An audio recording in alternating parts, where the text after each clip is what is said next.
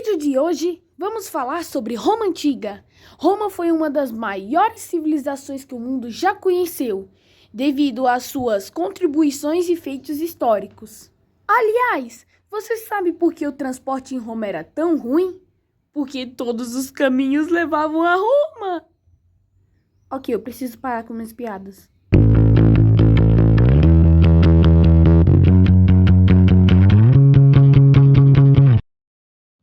Ok, vamos começar falando das origens de Roma.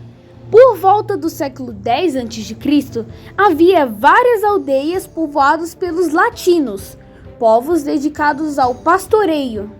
Porém, eles se sentiam ameaçados pelos samitas, que eram seus vizinhos. Por isso, eles decidiram unir as suas aldeias e fundar a cidade de Roma, em 753 a.C. Porém, há uma lenda muito antiga que diz que Roma foi fundada pelos irmãos gêmeos Rômulo e Remo. Quando bebês, eles foram jogados ao rio Tibre pelo ambicioso rei Amulio. Porém, eles não morreram, porque uma loba que ali passava os amamentou como se fossem seus próprios filhos. Quando eles cresceram, os gêmeos voltaram para sua cidade natal e conseguiram destronar Amulio, ganhando a permissão para fundar uma cidade. Em 753 a.C., eles fundam a cidade de Roma. No entanto, eles acabaram brigando e Rômulo matou Remo e se tornou o primeiro rei de Roma. Roma, ela foi fundada como uma monarquia, ou seja, ela era governada por um rei. Mas o rei não governava sozinho, ele era ajudado pelo Senado e pela Assembleia. Os reis que governavam Roma eram todos latinos. Porém, em 600 a.C., os etruscos invadiram Roma e passaram a governá-la também. Durante a monarquia, a sociedade era formada da seguinte forma. Em primeiro lugar, vinham os patrícios. Os patrícios, eles eram os nobres, ricos e donos de terra de Roma. E eles também eram os únicos que podiam participar da política e ser senadores. Depois, vinham os plebeus, que era a maioria da população. Eles trabalhavam como camponeses e eles não tinham direitos políticos. Logo em seguida, vinham os clientes.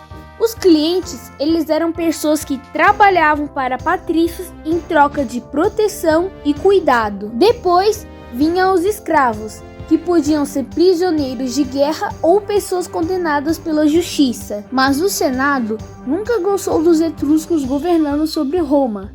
Por isso, o Senado derrubou o rei etrusco Tarquínio e deram fim à monarquia. Assim, a República foi instituída em 509 a.C. Na República, o rei continuou sendo ajudado pelo Senado e pela Assembleia, mas também passou a ser ajudado pelas magistraturas romanas, questores, edis, censores, pretores e cônsules. E durante a República, os plebeus organizaram 5 revoltas contra os patrícios. Isso porque os plebeus não podiam participar da política e tinham péssimas condições de vida. Por isso, os patrícios tiveram que ceder a alguns direitos e leis que os favoreciam. E agora que os plebeus participavam da política, Roma percebeu que precisava conquistar mais territórios. Assim, iniciou-se sua expansão territorial. Roma acabou tendo que enfrentar uma grande barreira, a cidade de Cartago. Isso porque Cartago dominava o comércio no Mediterrâneo. Assim, Roma e Cartago travaram 3 guerras entre si. Essas guerras ficaram conhecidas como Guerras Púnicas. Durante as Guerras Púnicas, Roma havia anexado a Grécia, a Espanha, a Sicília, a Sardenha e a Córcega. E por fim anexaram Cartago. Depois anexaram parte da Gália, da Líbia, da Armênia, da Capadócia, da Síria, do Chipre e os celtas. Mas a República estava enfrentando uma crise, pois Roma não parava de aumentar os impostos e gastar o dinheiro em guerras. Para manter a ordem em Roma, o Senado decidiu que Roma seria governada por 3 homens. Os homens escolhidos foram Crasso, Pompeu e Júlio César. Eles formaram o primeiro triunvirato, mas Crasso acabou sendo assassinado. Por isso, Pompeu e Júlio César passaram a disputar pelo poder.